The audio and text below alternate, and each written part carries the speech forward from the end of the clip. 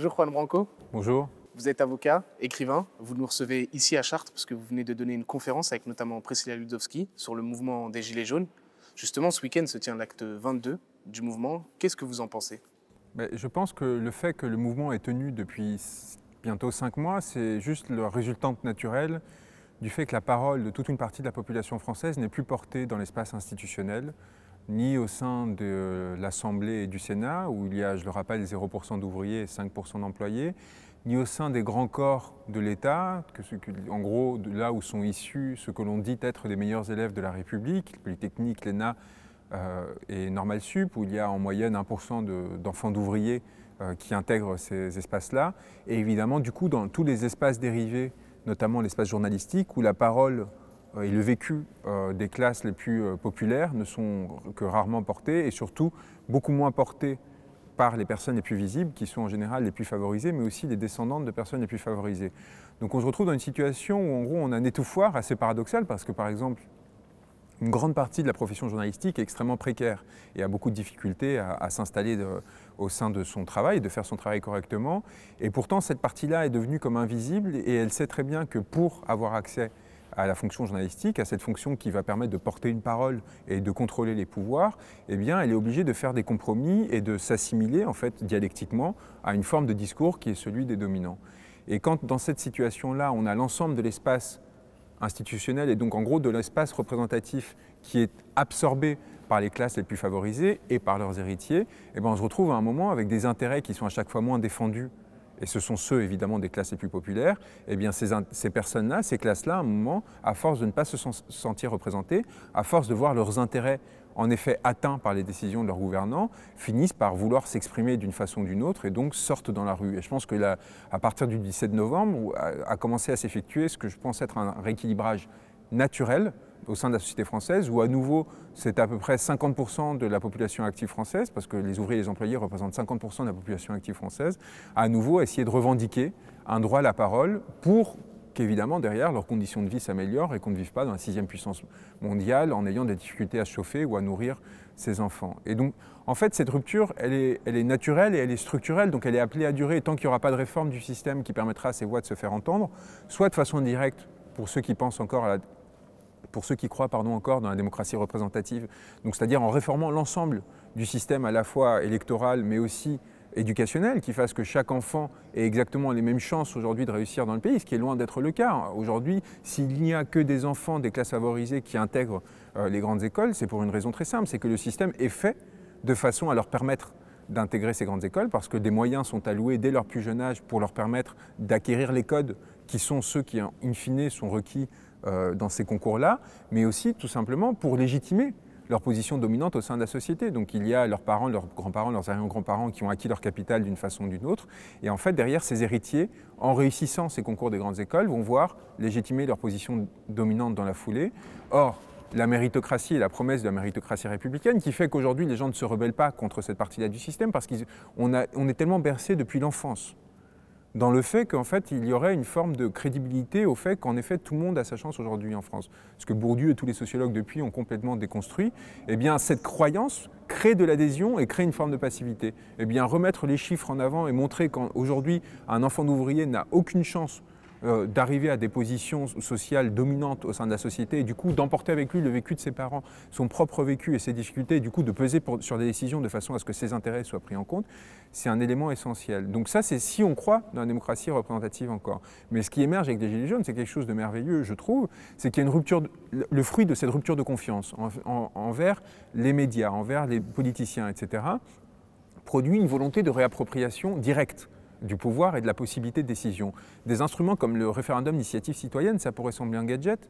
Au contraire, c'est extrêmement important. Pourquoi? Parce que ça va permettre à chaque individu, à ces personnes-là qui s'estiment trahies par ceux qui étaient censés défendre leurs intérêts, tous ces représentants, ces journalistes, etc., ces personnes-là qui ont une fonction dans la société qui est financée par la collectivité. Les Gilets jaunes, du coup, considèrent que ces personnes-là ne méritent plus leur confiance parce qu'ils ont trahi pour toute une série de raisons et on l'a vu sur la taxe carburant où on nous a vendu pendant des mois le fait que ce serait une taxe pour financer la transition écologiste jusqu'au moment où on s'est rendu compte qu'elle n'avait qu'une fonction, financer le CICE, c'est-à-dire en gros quoi, on taxait l'ensemble de la population pour permettre à un certain nombre très réduit de personnes, ceux qui ont des actions dans un certain nombre d'entreprises, principalement les plus importantes, parce que c'est ceux-là qui sont bénéficiaires du CICE, eh bien, de faire encore plus de bénéfices. Donc en gros, on a un transfert de ressources massif de l'ensemble de la population vers une classe qui est déjà favorisée. Et on a essayé de nous faire croire que tout cela était censé financer la transition écologique jusqu'au moment où les Macron-Leaks ont révélé qu'en effet, non, ce n'était pas dans ce but-là. Eh bien, par exemple, cette dysfonction du système médiatique et politique qui font qu'il n'y a aucune force politique. Aucun journaliste qui à un moment s'est élevé, aucun média plutôt qu'aucun journaliste s'est élevé pour dire c'est un scandale qu'on nous présente, qu'on nous dise que ceci est A alors que ceci est B et que ce qu'on est en train de faire c'est une forme de spoliation.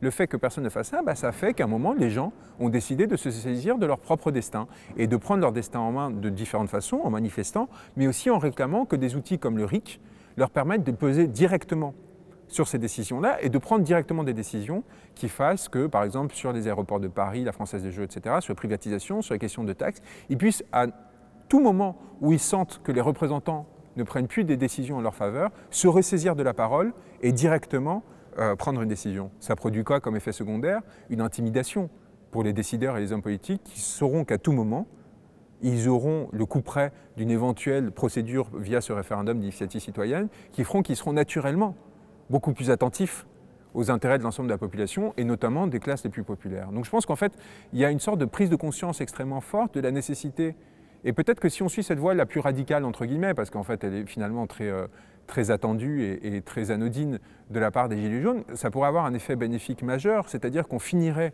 un travail qui a été commencé pendant la Révolution française. La Révolution française a permis d'instaurer en France une démocratie bourgeoise, c'est-à-dire une démocratie par laquelle vous n'avez plus, c'est plus que vous n'avez plus le droit à vous exprimer, mais vous avez le droit à élire des personnes qui vont porter votre parole, donc des personnes qui, en votre nom, vont prendre des décisions. Donc vous créez une caste, au sens étymologique du terme, qui va avoir pour fonction, au sein de la société, de prendre des décisions en votre nom.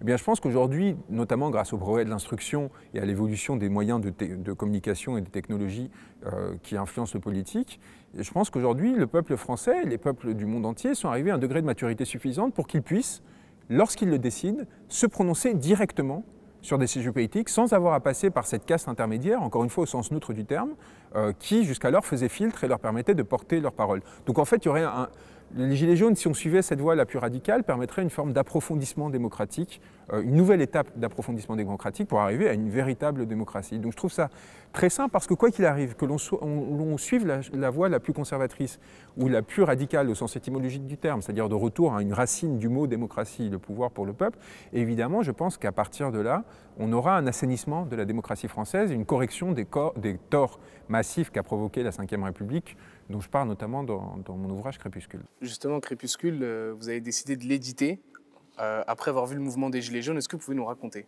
Ça a commencé en fait par une enquête que j'ai publiée sous format PDF, que j'ai mise en libre accès, qui reste en libre accès, que j'ai complété au fur et à mesure des semaines qui passaient, des informations qui me venaient. J'ai beaucoup enquêté pour le compléter pour la version écrite, en plongeant vraiment dans les bas-fonds de l'âme humaine, c'est-à-dire que j'ai dû être confronté aux amantes qui trahissaient les grands décideurs, les oligarques, les hommes politiques, aux anciens employés, parfois les anciennes call girls, comme c'était le cas notamment de Xavier Niel. Donc je suis allé vraiment très loin dans la laideur de l'âme humaine pour essayer d'en ressortir des informations qui toucheraient à l'intérêt général et pour essayer de nourrir en fait un récit de comment fonctionnent les élites dans notre pays aujourd'hui et leurs déficiences majeures. Alors, quand j'ai mis en ligne le PDF, ça a pris en fait une ampleur très importante qui, à mon avis, est liée. C'est une enquête que j'avais commencée début octobre, donc avant le mouvement des Gilets jaunes, que j'avais appuyé à soutenir dans la foulée, enfin avant l'acte 1, pardon, parce que je voyais bien en fait que la déficience de nos élites nous mettait dans une telle tension qu'en fait la société est en train de se disloquer.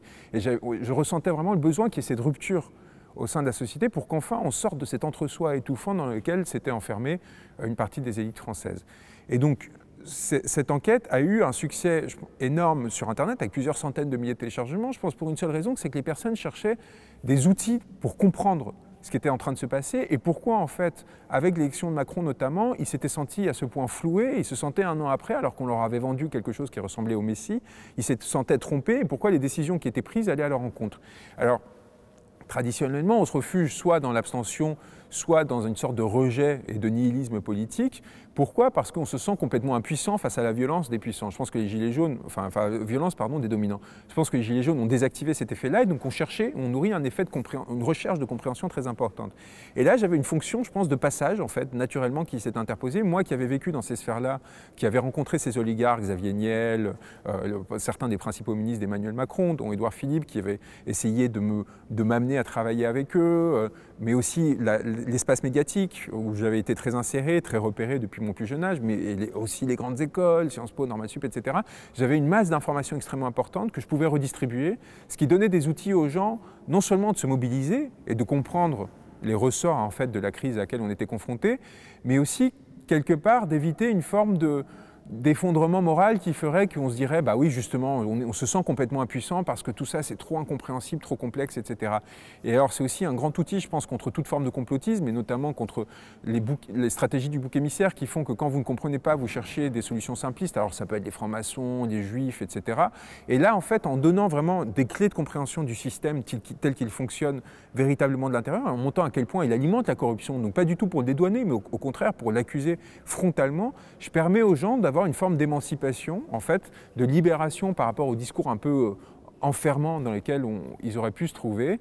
Et surtout, je les active politiquement, parce qu'après, à partir de ça, à partir des armes que je leur donne, c'est à eux de se déterminer, de trouver les solutions, les voies de mobilisation, qu'elles soient plus ou moins radicales, pour justement provoquer cette bascule sans fantasme, vraiment à partir de faits, d'une enquête très fouillée, et tout simplement de comprendre, en fait, et je pense que le plus important dans ce texte, c'est le lien entre puissance financière, puissance politique et puissance médiatique. Et comment, en fait, en France en particulier, on a fini par créer une sorte de fonctionnement circulaire dans lequel un certain nombre de personnes, très peu, quand on parle de 9 personnes qui détiennent 90% de la presse écrite nationale, ces 9 personnes, en plus, c'est des personnes qui se connaissent, qui se fréquentent, qui parfois se marient entre elles. On voit Xavier Niel et la fille de Bernard Arnault, par exemple. Bernard Arnault qui, derrière, rachète l'hôtel particulier d'Arnaud Lagardère pour s'y installer, de Jean-Luc Lagardère, une fois que celui-ci est mort, pour s'y installer. Ces personnes, en fait, qui fonctionnent en vase clos, dans une forme d'endogamie très importante, qui vont racheter des médias dans un seul but, influencer l'espace politique, pour obtenir des décisions qui vont aller en leur faveur. Parce que les fortunes de ces personnes-là, et je pense que c'est l'élément que je détaille et qui est le plus important dans mon ouvrage, dépendent très majoritairement de la puissance publique, dépendent très majoritairement des ressources que nous concentrons à Paris à travers les taxes, les impôts, etc., théoriquement pour faire de la politique, pour les redistribuer selon nos choix sociaux, économiques, etc. Et ces personnes-là, en fait, ont fini par créer des points de fuite qui leur permettait de récupérer une partie de cette masse d'argent que les impôts et les taxes récoltent à travers des mécanismes légaux de corruption. Je parle par exemple de comment Bernard Arnault, dans les années 80, en récupérant le groupe Boussac avec l'aide de l'État et des subventions massives, a commencé à constituer un empire qui s'appelle aujourd'hui LVMH et qui pèse 80 milliards d'euros en licenciant beaucoup de personnes, en démantelant toute une série d'industries lourdes, en déconstruisant en fait la société, le tissu social de toute une partie du territoire français, notamment dans les Vosges. Pareil pour Xavier Niel, dont la fortune dépend de l'accès au marché régulé, que ce soit de la téléphonie ou des fournisseurs accès Internet. Lagardère, évidemment, dont la fortune vient de son père, c'est-à-dire de la grande industrie de l'aérospatiale notamment, mais aussi en partie de l'armement, puis après, en fait, créer un empire dans les médias, qui, du coup, lui permettent d'obtenir les faveurs du politique, qui en retour leur permettent d'obtenir des décisions importantes. Je montre comment par exemple, Macron, après avoir été le banquier de Lagardère, quand il rentre à l'Élysée comme conseiller de François Hollande, va s'impliquer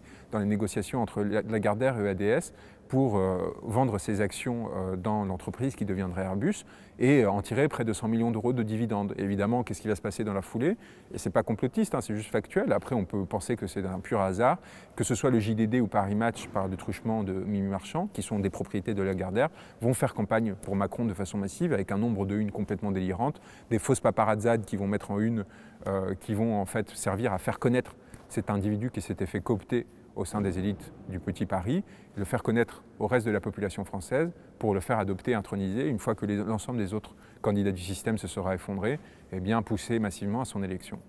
Alors vous l'avez dit, vous êtes issu de ce même système élitiste. Qu'est-ce qui vous a poussé à fuir?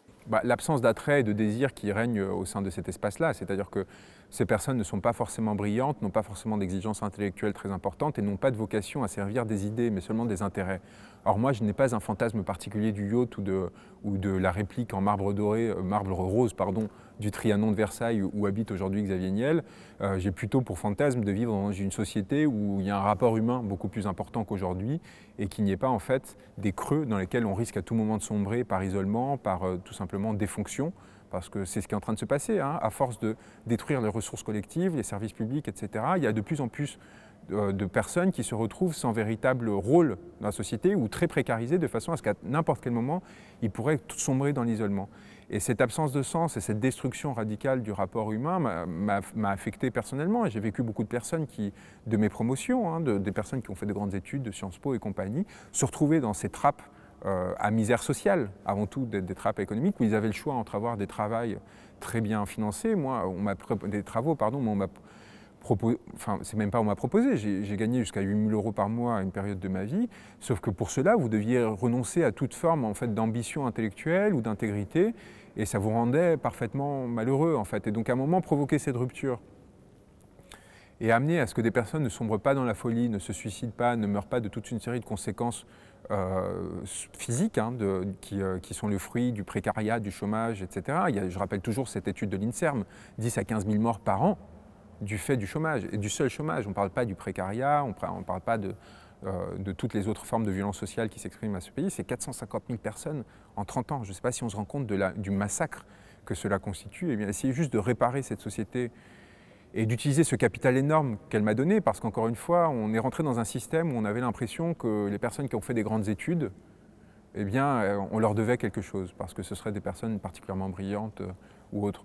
Ces personnes-là, en fait, ont eu le privilège d'étudier pendant des années, que ce soit financé par la société ou non. On leur a donné cette chance d'avoir plus de temps que d'autres, de découvrir comment fonctionnaient les sociétés humaines, comment fonctionnaient pour la science, enfin la nature, les systèmes abstraits.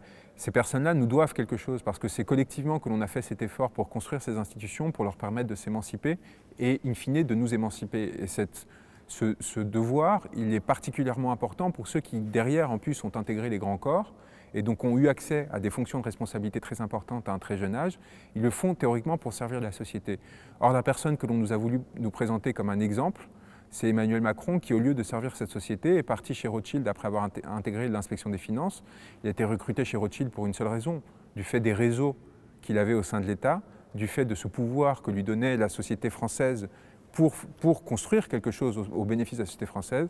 Il a décidé de partir chez Rothschild et en 3 ans, à force de fusion-acquisition, qui en général sont destructrices d'emplois, de valeur, eh ben, de gagner 2 millions d'euros pour s'émanciper en fait, du reste de la société. C'est pour ça qu'il y a une cohérence entre le parcours d'Emmanuel Macron et son discours. Quand cette personne dit qu'il faut que les Français rêvent à nouveau, les jeunes Français rêvent à nouveau d'être milliardaires, et que de façon générale, quand on entend son discours sur l'individualisme, sur l'émancipation, c'est un vrai rêve de ne plus avoir à dépendre de l'autre.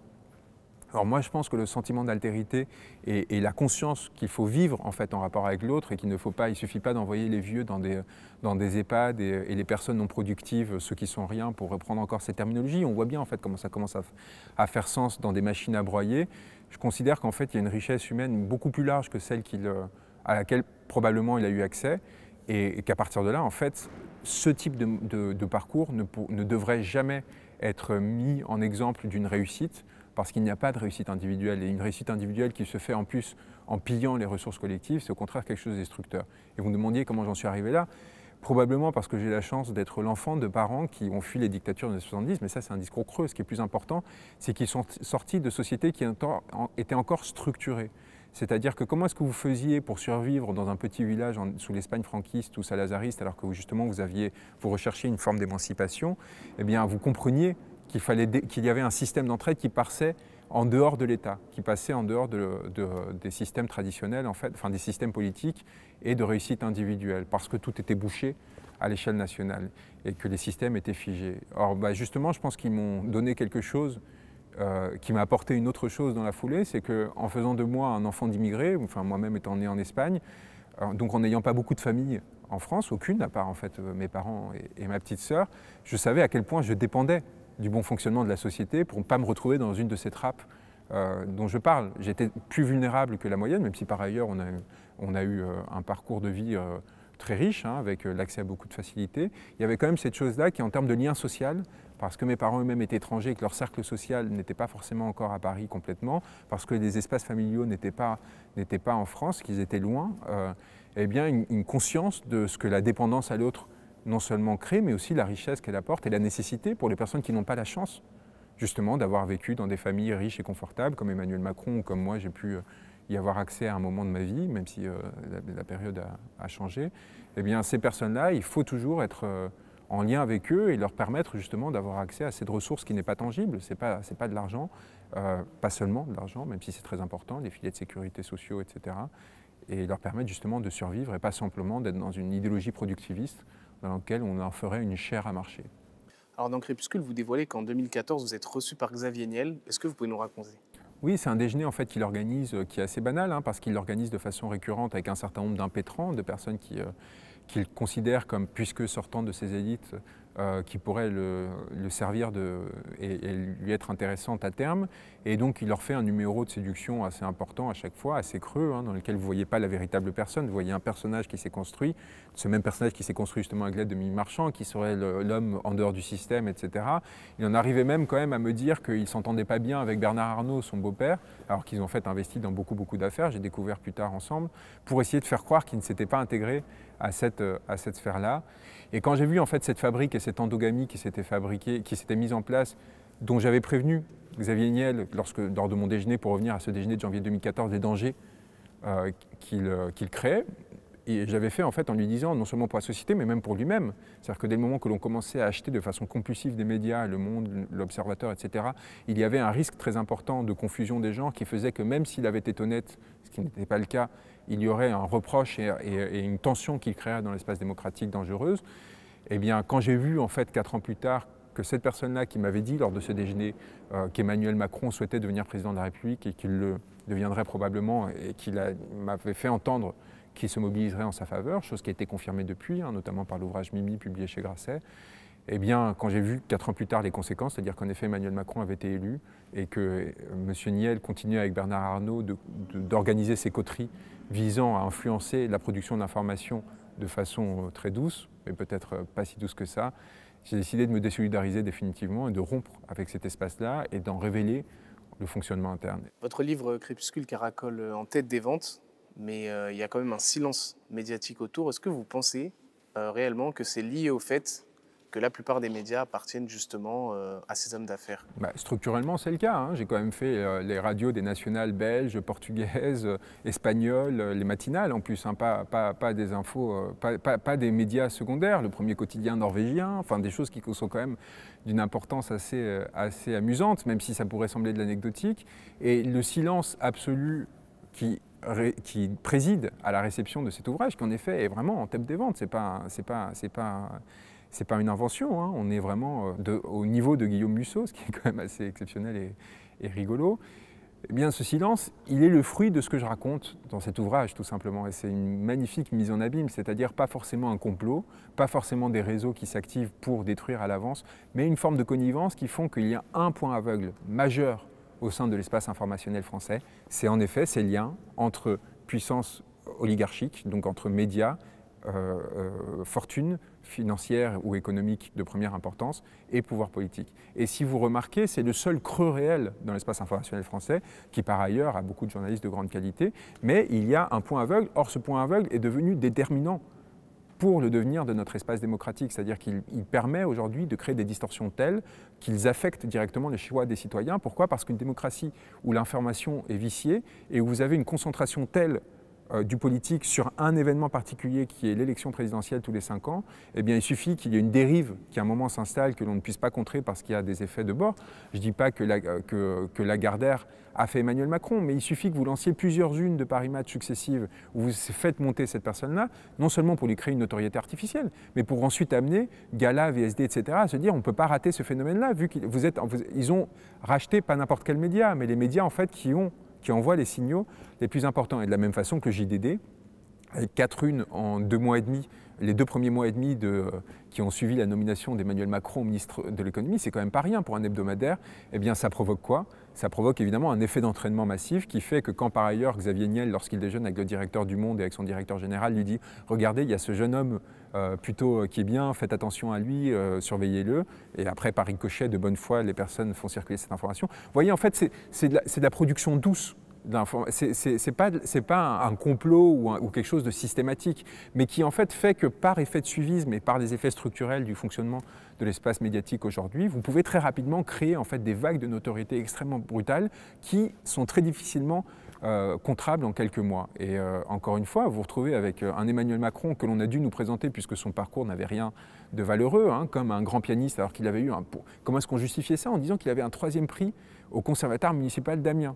Puis après, un grand philosophe, comment est-ce qu'on justifiait ça? En disant qu'il avait vérifié l'appareil critique du dernier ouvrage de Paul Ricoeur. C'est quoi l'appareil critique? C'est les notes de bas de page. Il l'avait vérifié, il ne l'avait même pas fait. On l'a présenté comme le Mozart de la finance. Pourquoi? Pour ce que je viens de vous raconter, la façon dont il avait utilisé les ressources que lui avait attribuées l'État pour organiser des fusions-acquisitions au sein de la banque Rothschild. Je suis désolé d'utiliser ce thème vulgaire, mais il est utilisé par Alain Minc, qui est une des personnes qui ont propulsé Emmanuel Macron dans sa première phase d'intégration au sein des élites parisiennes. Être banquier d'affaires, ce n'est pas être un génie, c'est être pute. C'est Alain Minc qui l'utilise texto en parlant d'Emmanuel Macron. En parlant d'Emmanuel Macron. Eh bien, ce génie de la finance, et je ne sais plus quoi, ah oui, un brillant élève alors qu'il a raté 3 fois Normal Sup et qu'il a dû s'y reprendre à 2 fois pour passer l'ENA, je ne juge pas les gens, le talent des gens selon leur capacité à passer le concours, mais ils en ont fait. En fait, un instrument pour essayer de nous servir quelqu'un qui, de façon désintéressée, en fait, se serait donné au bien commun et à l'intérêt général en passant ces élections. Pourquoi? En se présentant à ces élections? Parce qu'il aurait pu être tout cela sinon. Qu'il n'y ait pas cette capacité des médias à faire contre-pouvoir et qu'il y a eu ce suivisme qui n'est pas forcément instrumentalisé. Les oligarques dont je parle ne sont pas derrière chaque journaliste, ce n'est pas du tout ce que je dis. Eh bien, cette absence de pensée, cette médiocrisation de l'espace médiatique font que, in fine, vous pouvez fabriquer très facilement un candidat qui va en fait s'imposer et faire que les populations, quelque part bernées ou en tout cas mal informées, vont voter pour cette personne au lieu d'une autre. Et dès le moment que vous votez pour A en pensant que A et B, eh bien votre vote n'a plus grande valeur. Le fondement de la démocratie, c'est une information pluraliste et qui soit justement le plus proche de la vérité. Et plus vous éloignez par ces effets de communication et ces manipulations, eh bien plus, évidemment, qu'est-ce que cela produit? Une distorsion démocratique avec derrière des frustrations très fortes et des mouvements comme les Gilets jaunes. Aujourd'hui, quelle est votre situation? Parce qu'il y a quelques années, vous étiez lancé en politique. Maintenant, vous êtes l'avocat de Maxime Nicole, mais bénévolement. Bah écoutez, moi, j'ai passé une période très difficile parce que l'écart, en fait, difficile. Pourquoi? Parce que la désadhésion à ce système a un grand coût et on vous le fait payer très cher, et notamment, justement, en termes de fonction sociale et de capacité à retrouver un rôle dans ces espaces-là. Et je me suis retrouvé d'ailleurs à dormir sur le canapé de ma mère au RSA pendant une période, ce qui n'était pas forcément attendu. Et j'en fais pas du tout un misérabilisme ou quoi que ce soit, mais c'est vrai que ça m'a permis de comprendre en fait ce que la violence de la précarité pouvait provoquer, même si par ailleurs, moi j'ai pas eu de réel risque de me retrouver à la rue. Mais cette expérience a été fondamentale pour me rendre compte justement de ce qu'est la violence sociale, ce qui est quelque chose dont vous êtes très protégé quand vous grandissez. J'allais dire vous êtes élevé parce que c'est presque ça, on vous élève un peu comme des poulets en batterie. Moi en 6e, je voulais faire Sciences Po et en terminale, je regardais les épreuves de l'ENA. Donc vous imaginez bien que ce n'est pas quelque chose qui vous vient naturellement, c'est quelque chose qui vous est induit par votre appartenance à ce milieu social. Eh bien, cette violence sociale, vous en êtes préservé quand vous habitez dans ces espaces-là. Et c'est pour ça que les hommes politiques qui nous dirigent sont probablement de bonne foi. Ils ne se rendent pas compte de la violence de leur politique sociale, ils ne se rendent pas compte du choc et de la violence que peut représenter pour un individu, mais aussi pour une famille, un licenciement. Et évidemment, a fortiori, la fermeture d'une usine et donc la destruction, en gros, du tissu économique d'un territoire. Eh bien, la confrontation à ces espaces-là m'ont permis, je pense, d'accroître ma sensibilité, de me rendre compte à quel point il était urgent de provoquer une bascule dans ce pays. Et quant à ma capacité à vivre, écoutez, malgré le fait que le livre soit toujours disponible gratuitement, beaucoup de personnes l'ont acheté. Je pense que, quelque part, comme un geste citoyen et de soutien important à la cause des Gilets jaunes, ce qui m'a permis, en fait non, ça ne m'a pas permis parce que j'avais déjà eu droit à une avance de 7 000 € qui me permettent pendant quelques mois de tenir, en gros, quoi, et par la suite de me reconfigurer en espérant qu'on créera des espaces, dans cette société qui permettront de retrouver une fonction sans avoir à compromettre son intégrité ou à participer à quelque chose qui aujourd'hui, je pense, est délétère pour l'ensemble du pays, mais probablement aussi de l'humanité, parce que la crise aujourd'hui écologique est le fruit aussi de ces compromissions et de cette incapacité des décideurs à sortir de rapports d'intérêt et à rentrer dans une véritable construction idéologique dans le rapport aux politiques. Un mot pour finir, on est obligé de parler de Julian Assange. Je rappelle que vous êtes l'un de ses avocats. Quelle a été votre réaction hier quand vous l'avez vu se faire arrêter ?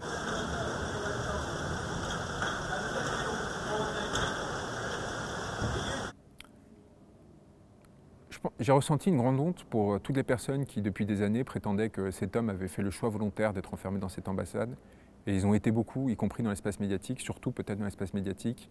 Lorsqu'on voit la violence des images et l'état de délabrement de cette personne, après quasiment 7 ans d'enfermement dans 20 mètres carrés, que j'ai vu au quotidien, enfin pas au quotidien, mais mois après mois, depuis 4 ans, depuis la première fois que j'ai rendu visite, et qui était difficile à partager vis-à-vis de l'extérieur, parce que ses communications étaient très limitées avec le monde extérieur. Et donc j'ai ressenti quelque part presque un soulagement qu'enfin le monde entier soit obligé de voir en fait la souffrance qui avait été infligée à cette personne, souffrance qui est en grande partie le fruit de l'abandon. Et je pense que c'est là aussi la source de mon intérêt pour la question médiatique. J'ai vu en fait la violence que pouvait produire l'asservissement des organes des presses et des organes médiatiques aux paroles de pouvoir. Et l'absence de contrôle qu'effectue la presse sur les paroles de pouvoir, en tout cas l'asymétrie avec laquelle elle traite ceux qui sont dans le pouvoir par rapport à ceux qui n'en sont pas, détruisent des vies. Et cet homme n'est pas mort, je ne sais pas par quel miracle, alors qu'on l'a accusé d'être un violeur, un antisémite, un agent du FSB, à chaque fois sans le moindre début de preuve, ou en utilisant ou en distordant les faits avec une violence extraordinaire. Et personne à un moment, alors que c'est quand même des élites qui sont censées être formées, être capables justement de discriminer l'information, ne s'est dit « non mais là ça devient peut-être un peu grossier ». On a cette personne qui était héroïsée il y a 8 ans et qui soudain se serait devenu un monstre absolu. Et on a dû lutter très violemment contre l'indifférence, voire le rejet que suscitait en fait ce suivisme médiatique par rapport à des paroles de pouvoir, encore une fois, qui n'avaient qu'un objectif, écraser cette personne. Pourquoi ? Parce qu'il gênait leurs intérêts, tout simplement. Et ce dissident de l'intérieur, qui a été maltraité avec une violence extraordinaire sur notre continent, ce qui devrait dire quelque chose sur notre capacité à vraiment être en défense sincère de nos valeurs, parce que je pense pas, parce que ce qui s'est passé avec Julian Assange, c'est la même chose qui s'est passé pour les dissidents, qu'ils soient russes ou des espaces, des autres empires en quelque sorte, qu'ils soient russes, chinois, comme Ai Weiwei et compagnie, c'est-à-dire un vrai harcèlement politique avec un espace médiatique qui n'a pas du tout joué sa fonction de protection et qui, au contraire, a accompagné cette violence contre des personnes qui n'avaient fait qu'une chose. Julian Assange, je le répète, n'a fait qu'une chose, publier des documents véritables qui révélaient des informations d'intérêt général. On peut commenter la façon dont il l'a fait ou tout ce que l'on voudra, le fond est là et il est incontestable. Il a participé à comprendre comment fonctionnaient les appareils de pouvoir de l'intérieur. Et pour cela, il a payé un prix extrêmement cher et il y a une veulerie extraordinaire de la part de la grande partie de la presse qui, au lieu de se mobiliser pour sauver et protéger ce qui était l'un de ses confrères, l'a laissé en fait, alors que c'était là la fonction et là l'importance, parce que dans notre solitude, on n'a pas pu mobiliser suffisamment la société pour à notre tour faire pression sur les hommes politiques pour éviter que ce destin soit brisé. Et aujourd'hui, on doit continuer cette lutte, et ça va être extrêmement difficile, mais je suis absolument confiant sur le fait qu'on permettra à cet homme de recouvrir sa liberté avant que la mort ne vienne le chercher. Et si ce n'était pas le cas, eh bien à nouveau, je pense que ces images pèseront très très longtemps sur l'inconscient collectif de nos pays et de nos démocraties, en tout cas de nos régimes politiques. Et je pense qu'on se souviendra longtemps du fait que cet être-là, qui à 45 ans, 46 ans, ressemblait à un vieillard, le ressemblait du fait de notre inanité. On va vers la fin de Wikileaks selon vous ? Non, pas du tout. On a pris des mesures en fait, qui permettront à Wikileaks de survivre, notamment la nomination d'un nouveau rédacteur en chef depuis bientôt 1 an, parce que c'est une opération qui était attendue.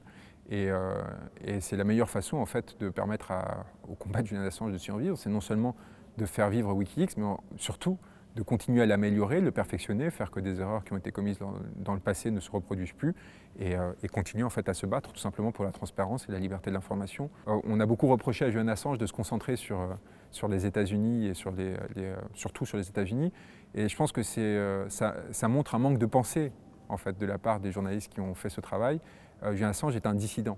De la même façon que ce serait absurde de reprocher à Ai Weiwei ou ça aurait été absurde de reprocher à Solzhenitsyn Nestin de ne pas s'être attaqué aux États-Unis lorsqu'il se confrontait au pouvoir russe et américain. De la même façon, il est complètement absurde d'exiger de quelqu'un qui se vit comme un dissident de ce qu'il considère être un empire américain, au sens large du terme, c'est-à-dire en tant que citoyen australien, quelqu'un qui se considérait comme un citoyen de seconde zone parce qu'il voyait bien que les grandes décisions qui concernaient son pays étaient prises à minima en accord avec les intérêts américains et non pas de façon pleinement souveraine. C'est une personne qui s'est formée en résistance face à cet état de fait pour retrouver une capacité d'action politique. Il est évident qu'il se concentre sur l'espace politique qui est le sien, au sens large du terme, donc l'espace politique américain et sa zone d'influence, et qu'il se batte pour les libertés dans cet espace-là. Est-ce que ça permet aux Russes ou aux Chinois de faire leur miel pour ci ou pour ça?